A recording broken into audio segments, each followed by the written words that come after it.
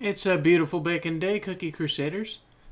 Today I wanted to come to you with the more updated version of Dark Cacao, Affogato Cookie, the two new treasures, and any other updates that are going on in the game now.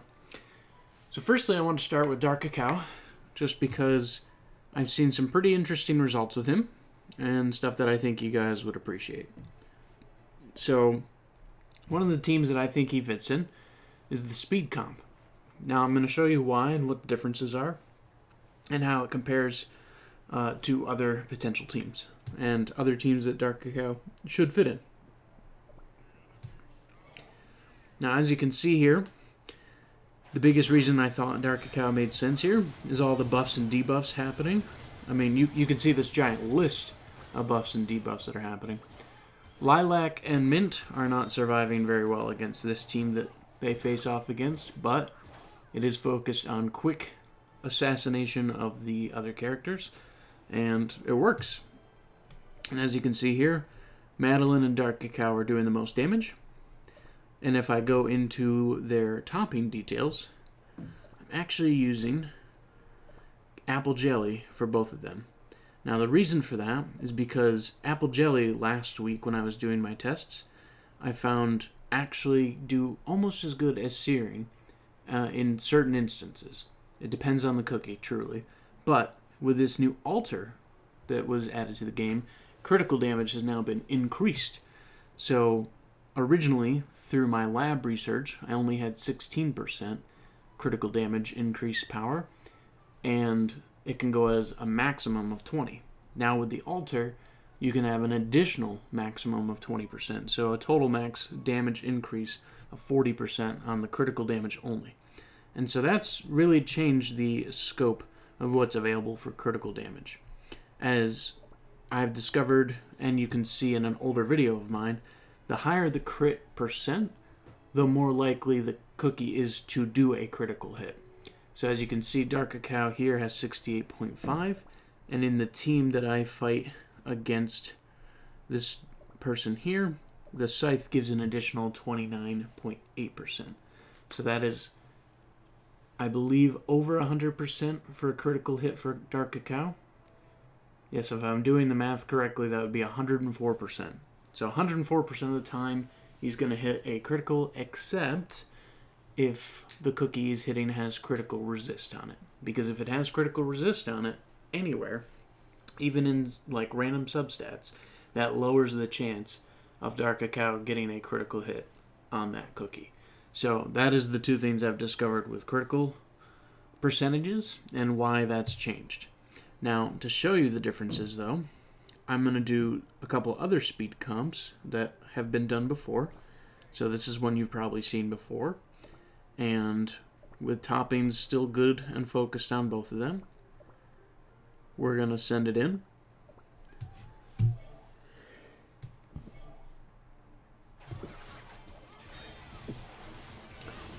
And as you can see, even though Almond helps spread out the damage, it's just not enough. So Dark Cacao is hitting much stronger than Almond's abilities are in this instance. Now, another one I've also seen is Frost Queen.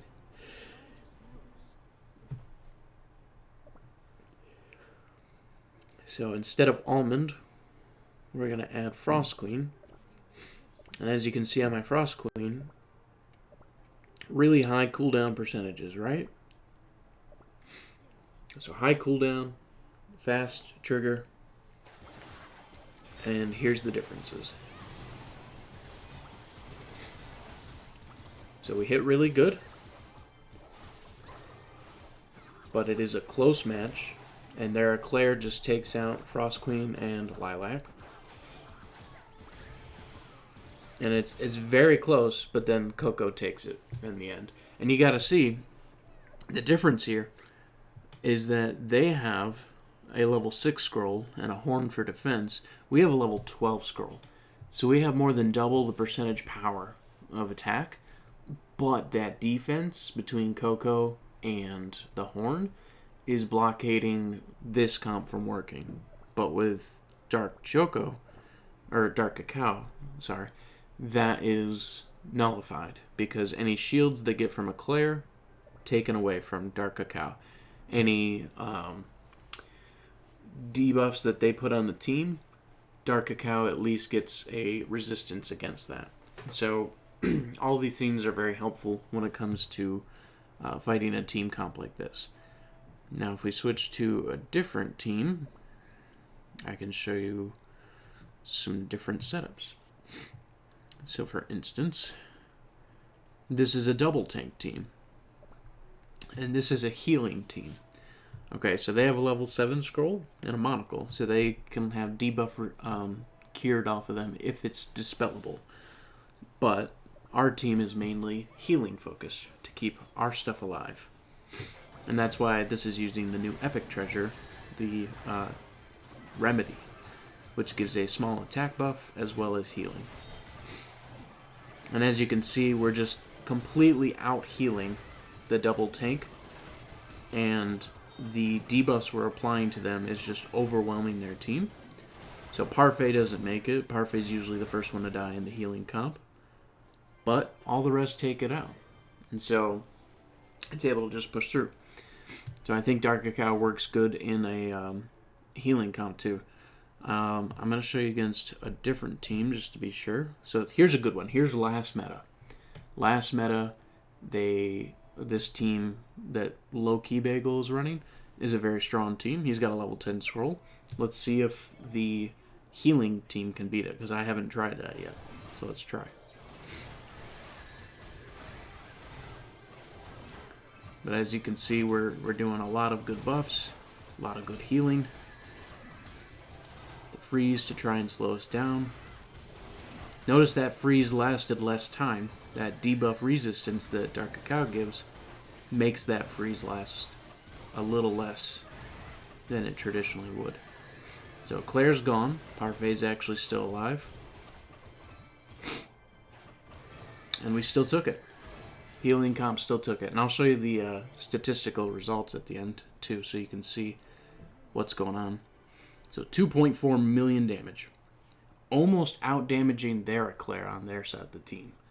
So that should hopefully give you an idea of like how strong the apple jellies on Dark Cacao is running because of how many huge heavy hits he's doing. And so that's why I'm running it like that. I can though run him with a full searing just to show you different builds and setups. So if we put all searing toppings on him,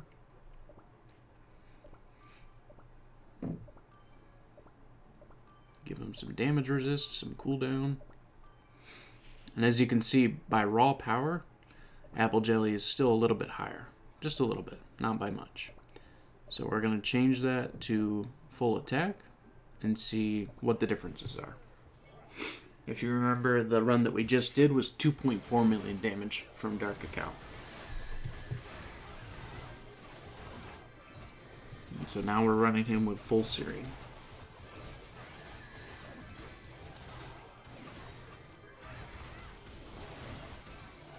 Still doing okay so far. It's definitely a closer battle. Parfait and Eclair are gone, so we've lost 2 this time. Apparently there's an emergency that just happened that somebody went by. So we still took it. Still were able to win it. But let's see the statistics this time. So still 2.4 million. So you can see they're really close. They're really comparable. So I think a good blend of searing and apple jelly, like your best of the best, or one or the other that's maxed out, they're both going to be really good situational hitting damage for you. The more critical percent you can get on an attack setup searing would be preferable, because then if you can get high enough crit percents, then your high attack is just going to crit.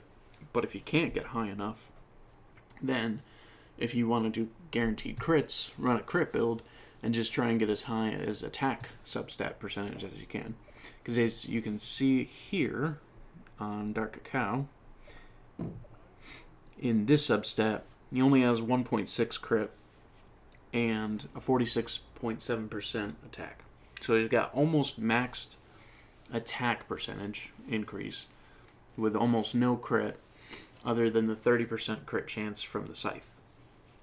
And with the other way, we're over 100% crit chance, but no attack percentage, because I just couldn't get substats on these apple jellies that have attack. If I can get some that have that, that will be a much better build. This has more damage resist, attack, speed, and cooldown. If I could get the perfect setup with the apple jellies, I would do crit, attack, and damage resist with a little bit of cooldown if I could. That way I can have fast acting abilities, strong powerful attacks, good enough resistance to survive, and the crit to give that extra boost of power. And as I continue to upgrade the research lab and the monument, Dark Cacao is only going to hit stronger with the critical in comparison to the Searing, where the Searing is maxed out. Unless I can get critical substats perfected of 15% on the Searing, that's about the only other way. But I'm going to go ahead and move on to Affogato. So, to show you that, we're just going to take out the Dark Cacao, and we're going to change, instead of the remedy, we're going to go ahead and do the horn. And the reason we're doing the horn is Affogato has a very low HP, even at almost maxed out power and star amount. And with these toppings, these are unupgraded. If I was to upgrade them, I would get damage resistance for sure on Affogato, because he is very squishy and able to be taken out pretty quickly. But his power's pretty good. So we'll test against the same team. We'll do a few teams to test. And you can see Affogato's targeting the person with the highest attack, which on their team right now is the Frost Queen, and dealing that poison damage over time. The nice thing about poison damage over time is that Strawberry Crepe and Hollyberry, they are weak against damage over time because they can't blockade against it. As you can see, Affogato's already gone. We weren't really able to make a huge impact on this team that was a healing team with just poison focus in the front. And all we changed was the cookie and one of the treasures. I mean, even if we go back to the remedy, I'll show you after the stats. Good damage from Affogato, really good damage. But even if we go back to the remedy, I do not believe it will make a big enough difference for it to truly be as comparable as the Dark Cacao build with this same type of team. But let's give it a shot, just for the sake of testing. So now we're getting a little bit of healing, a little bit of extra attack power. But because of the lack of defense from the horn, we take bigger hits now. So hits like that are going to pull us really far down. Affogato's still already gone. And now we've only got a few more chances to get our regular guys through. We've already lost to Claire and Parfait. Now we're down to Pure Vanilla. So we just can't do it. So Dark Cacao was able to push through a double tank team. Affogato, not so much. So Affogato, I do not think can handle a battle against double tank team like that.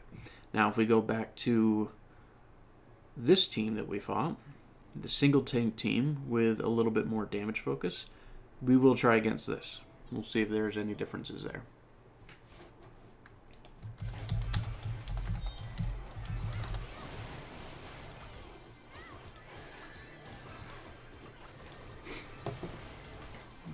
So as you can see, we're staying alive a little bit longer. That damage over time, definitely doing hard work. And also Affogato is applying stronger debuffs to the debuffs that we're applying to their team because of one of Affogato's abilities. Now in this instance, still good damage from Affogato. Remember, this is unupgraded cooldown toppings, where Cotton on this team has maximum upgrade cooldown toppings. So in that instance, Affogato would probably outpacing damage of cotton if those were fully upgraded. So I think Affogato definitely has some real potential in the arena, but I think it has to require specific builds, because if we look at the abilities, it targets the person with the highest attack, cookies first. The cursed target cannot receive any buff effect for a certain time. So that means that specific cookie just can't be buffed, whether it be attack buff, defense buff, damage resist buff, none of it. And this is only limited to things that can be dispelled. And I will go over the dispelling part momentarily, because we're going to get to the actual patch note updates, and that will be where that's important. And as far as the damage, the curse goes for 10 seconds.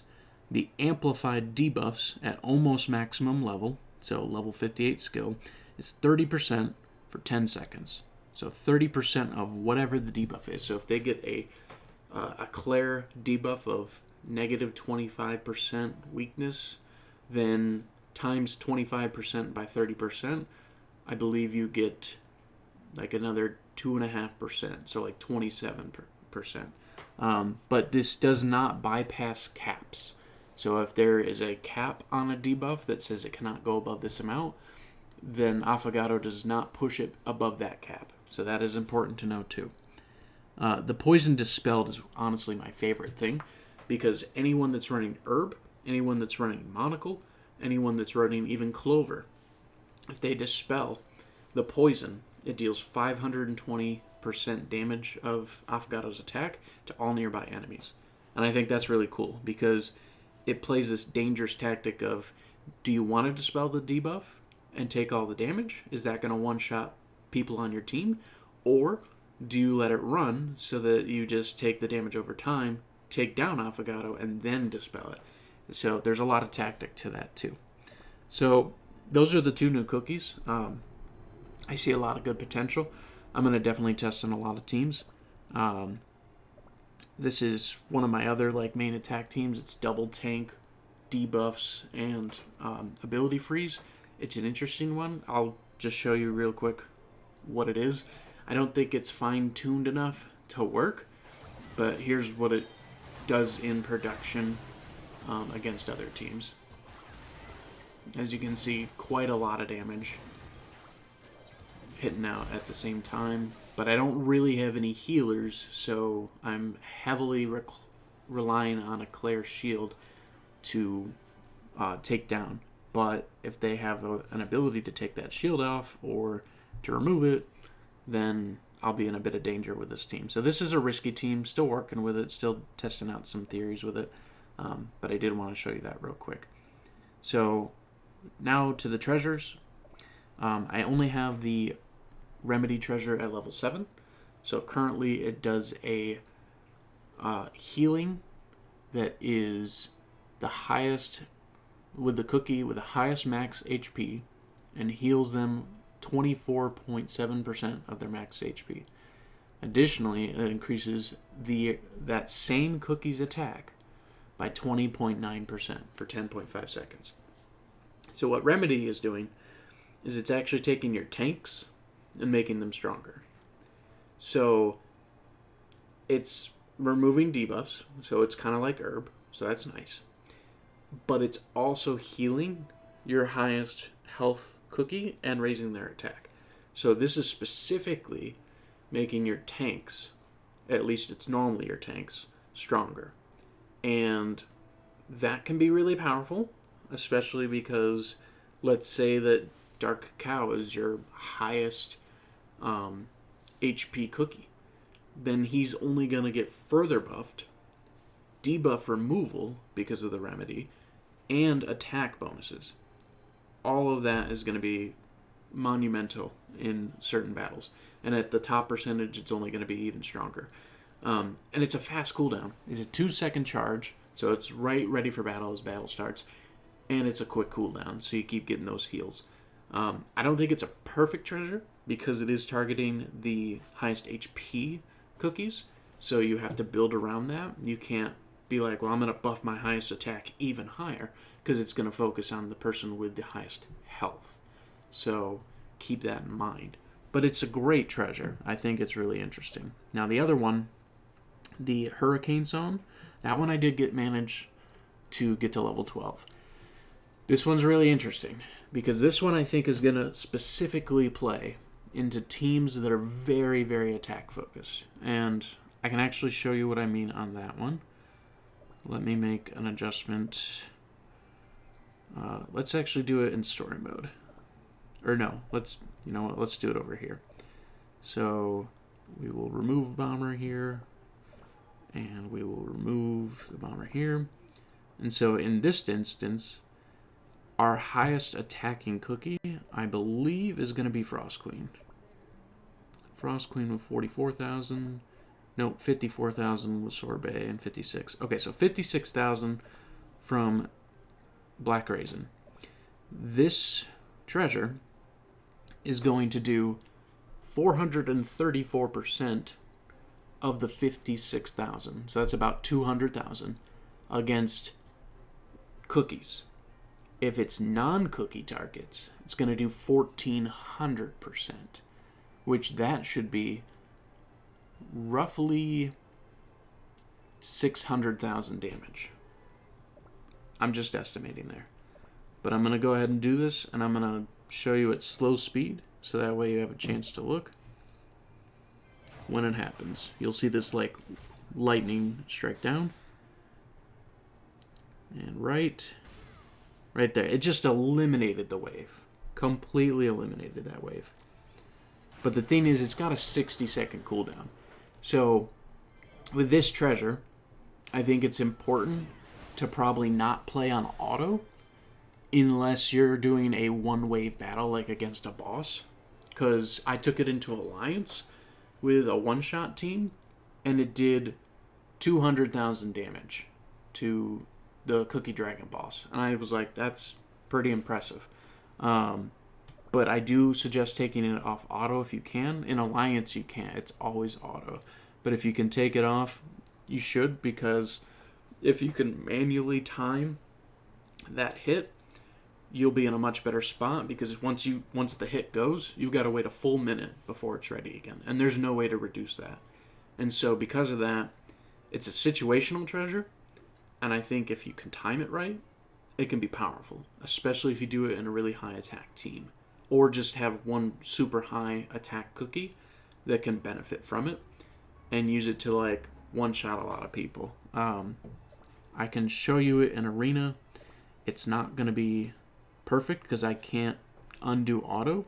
So let me show you what it would do if I did it in this team. So instead of critical here, if I just put in the Hurricane Song, highest attacking cookie I do believe is going to be Dark Cacao, but let me double check.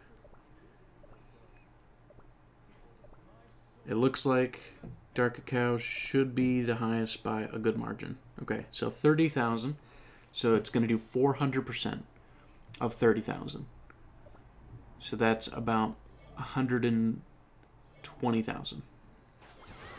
And then 2, 1, lightning. And you can see it definitely did some strong damage. And we actually didn't lose Lilac this time, where the last time when we were using critical, we did lose Lilac. So I think it's a viable treasure for a high attack profile team. But yet again, it's situational. So I'm going to go ahead and exit these. That's the coverage today, at least the updates that I could get you today for the treasures and the 2 cookies. The other 2 main things I want to cover is one of the building upgrades. So now the smithy can go to a higher level, and you can upgrade to get bundle stacks of robust axes, pickaxes, saws, and shovels. Now the resource requirement is higher, as you can see. So for 1 robust axe, it's 2, where for a bundle of 10, it's 20. So the resources is the same. You're spending the exact same amount of resources. Now as for time, it's 23 seconds for one of these, where a bundle of these is 22 minutes. Now if you take 10 times 21 seconds, you get about 3 minutes.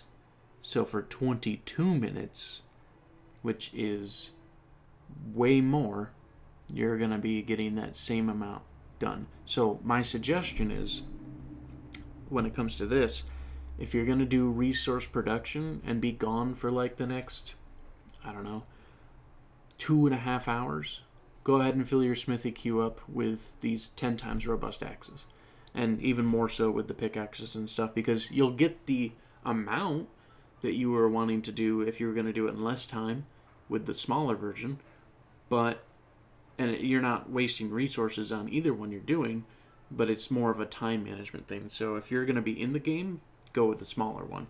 If you're going to be out because you have to go do things, you have to go enjoy life, go ahead and do the bigger one. But the thing is, you got to upgrade all the way to this point before you can do it. So for instance, this, I have to still do this upgrade before I can get it on my other one.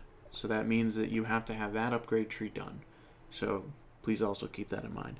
Now, the last thing that I'm going to cover in this video is the update. So the actual update patch notes, a lot of good important stuff here. So obviously episode 13 has been unlocked. Dark Cacao unlocked. And Affogato cookie unlocked. We've already covered their skills and things, so I don't want to go too much more into those. The kingdom level is now 60 at the max. And what's important, as you'll see in the lower parts of this patch notes, all of the ways to get kingdom XP has been upgraded, so they have awareness of you getting more XP for the things you're already doing. 2 new treasures, we've already covered those. The smithy, we just covered that. The shop has a featured cookie gacha, so now Affogato is featured in the featured cookie gacha and the higher chances. The packages, there's a lot of different packages that they have. I'm not going to go over those because if you're a paid player, you're already going to know. If you're a free-to-play player, you're not going to care.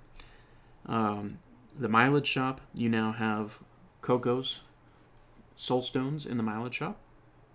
We also have confirmed that the arena shop has a dark cacao soul stone in it, so you can get that there too. If it's not there for you today, maybe it will be another day.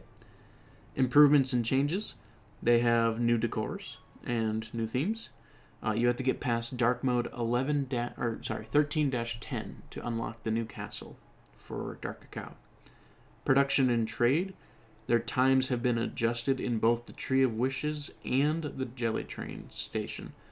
So as you can see, the overall rewards that you're getting and the time and the Kingdom XP. So adjusted the amounts of Kingdom XP.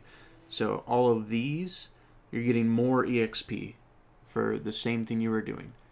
So don't feel like you're not going to get to the level 60 castle because they've already adjusted it to make it easier. So you should start raking up a little bit faster. At least for your kingdom level, I should say. Same thing for the train. They've adjusted all of those. All of them have been upgraded, which is pretty nice. That's a quality of life upgrade. And so I was right about the one video where I said there's going to be some quality of life updates, and I'm glad that there was. They did clarify Madeline's skill. I don't think I really had much confusion on that before, but it's nice that they did update that. Exploration and battles. Buff icons are more easy to understand now. They're actually really polished. And here are the ones that are specific because it matters if they can be dispelled or not in a lot of situations. So, these effects cannot be dispelled. T-Knight's Cookie Wrath of the Commander. Dark Cacao's cookies debuff resist passive effect. So you cannot change his debuff resistance. Dark Cacao's injury. And several treasure effects. Now, the treasure effects, I'm going to have to look into all those treasures to see which ones they're talking about. I think they're talking about all the passives, which is the attack scroll, the robes, and the scythe, because those are passives. But there might be more, but usually passives are the ones I would think that cannot be changed. There are rare soulstone rewards changed in dark mode. You're going to honestly see these when you're in dark mode, but here's the quick list of all the changes. So it's a little easier to grind out for the cookies you want in dark mode if you have been doing that or if you want to do that. You can now do the draw up 100 items in treasure and guild gacha. This is really nice. I did this during the live stream. I didn't even realize it was a new feature, but it was awesome. And if you're doing like a mass gacha for 1,000 treasure tickets, yes, this will take less time. But honestly, it's really like pleasing to just see that giant list of treasures that you did 100 tickets for rather than seeing 5 at a time. I think it's beautiful, and that's a quality of life update I highly agree with, especially for the guild gacha. You spend less time doing gachas if you don't want to, and you don't have to do it that way. If you want to do a gacha marathon where you want to go through each 5 treasure tickets or through each 10 guild gachas, by all means do so. You're not required to do it, but the button now appears if you have it in the range where it can do the draw all feature. So that's really nice too. And then one of the other last features that are really important that I think are really nice is that when an entire team in Cookie Alliance is defeated and you've checked the keep battling according to teams, that will remain for additional tries. So that's something you need to uncheck if you don't want it to be that way for other tries that you're going to do. And then also the crit percent value will now appear as rounded up to the tenths in the cookie's detailed info and toppings info.